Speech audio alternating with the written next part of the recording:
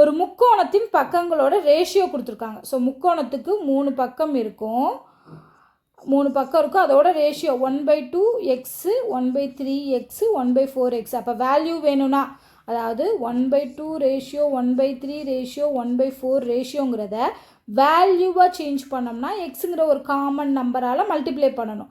So அப்போ அதோட value வந்து 1/2x, 1/3x, 1/4x. இதோட பெரிமீட்டர் கொடுத்துருக்காங்க. சுற்றளவு வந்து 104. பெரிமீட்டர், ட்ரையாங்கிளோட பெரிமீட்டருக்கு என்ன பண்ணுவோம், 3 சைட்ஸையும் ஆட் பண்ணோன்னா அதுதான் பெரிமீட்டர். அப்போ 3 சைடு என்ன கண்டுபிடிச்சிருக்கோம், 1/2x, 1/3x, 1/4xன்னு கண்டுபிடிச்சிருக்கோமா. இதை ஆட் பண்ண போகிறோம். ஆட் பண்ணோம்னா எதுக்கு ஈக்குவலாக இருக்கும், பெரிமீட்டருக்கு ஈக்குவலாக இருக்கும். So பெரிமீட்டரோட value 104. ஸோ இதுலேருந்து அந்த எக்ஸோட வேல்யூ கண்டுபிடிச்சிட்டு என்ன கேட்டிருக்காங்க, length of the longest side. Longest side இதில் எது, 1/2 தான் லாங்கு. ஓகேவா. ஸோ 1/2x தான் வந்து அதிகமான வேல்யூவாக இருக்கும். அப்போ அந்த 1/2x எவ்வளோன்னு கண்டுபிடிக்கணும், அவ்வளோதான். ஓகே. ஸோ ஃபஸ்ட்டு நம்ம இதை கண்டுபிடிக்கலாம். ஸோ 2, 3, 4க்கு எல்சிஎம் எடுங்க, 12 வரும். அப்போ இதை மல்டிப்ளை பண்ணணும். 2வால் எதை மல்டிப்ளை பண்ணால் 12 கிடைக்கும், 6. அப்போ மேலேயும் மல்டிப்ளை பண்ணணும், 6x கிடைக்கும். 3 எதால் மல்டிப்ளை பண்ணால் 12 கிடைக்கும், 4ஆல். அப்போ மேலே 4 மல்டிப்ளை பண்ணும்போது 4x கிடைக்கும்.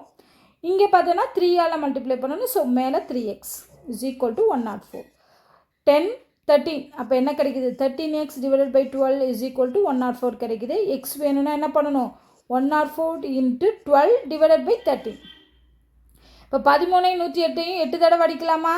ஸோ மல்டிப்ளை பண்ணுங்கள். எக்ஸோட வேல்யூ என்ன கிடைக்குது, 96 கிடைக்கும். 8 12 96. அப்போது 96ங்கிறது எக்ஸோட வேல்யூ. ஆனால் இவங்க என்ன கேட்டிருக்காங்க, லாங்கஸ்ட் சைடு கேட்டிருக்காங்க. லாங்கஸ்ட் சைடு இது 1/2x. அப்போ நான் என்ன பண்ணணும், எக்ஸை வந்து 2ஆல் வகுக்கணும். 96 டிவைடட் பை 2, 4 2 8 8 8 2 16. So 48 centimetre.